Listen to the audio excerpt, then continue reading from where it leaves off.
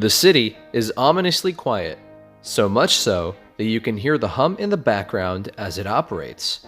I took this time to connect with the origins of New York that go all the way back to Henry Hudson. He was working for the Dutch as he sailed through New York Bay, looking for a way to Asia. He never found one, but he did take note of the beaver population, as well as pearls from oyster shells. Beaver pelts were the thing back then. Everyone had a beaver pelt. It was like the TikTok dance of 1609. The Dutch set up a trading colony called New Amsterdam, which only lasted for 50 years, and a fort called Fort Amsterdam. Today, the National Museum of the American Indian stands on that spot. In front of the fort is the city's oldest park, Bowling Green.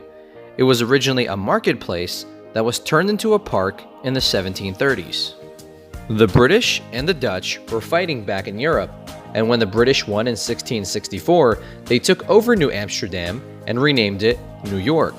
In 1770, the British put up a statue of King George, and when the Americans protested his rule, the British put up a fence, which is still standing and is the oldest fence in the city today.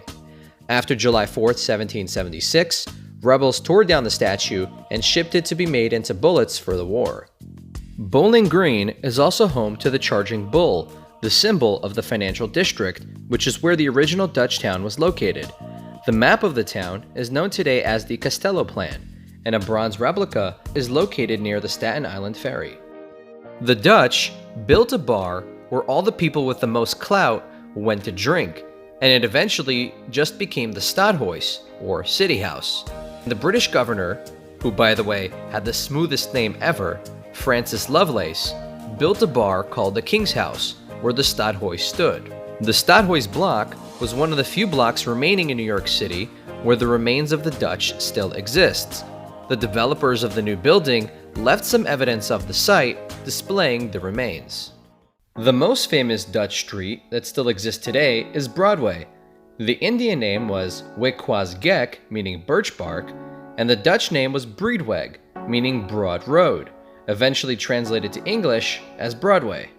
Another famous street is Wall Street, which was the location of an actual wall built by the Dutch to keep out the British. It was more of a wood fence than the wall from Game of Thrones, and if you look along the Wall Street today, you can see the imprints where the posts of the wall once stood. Once the British took over, the wall didn't seem to matter anymore. Buildings built during the British period include the historic Trinity Church, as well as Fraunces Tavern.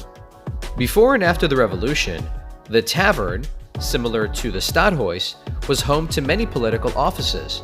And after the Americans won independence from the British, General George Washington gave his farewell address to his officers there over dinner.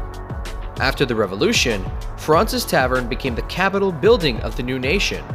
Our country adapted different forms of government and finally accepted the Constitution we know today.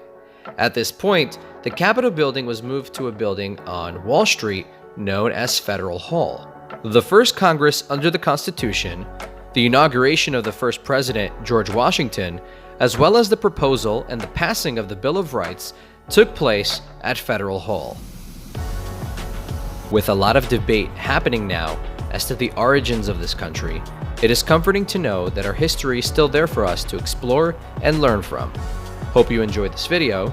Be sure to check out the video on the Dutch roots of Brooklyn. I'm Dave, and until next time.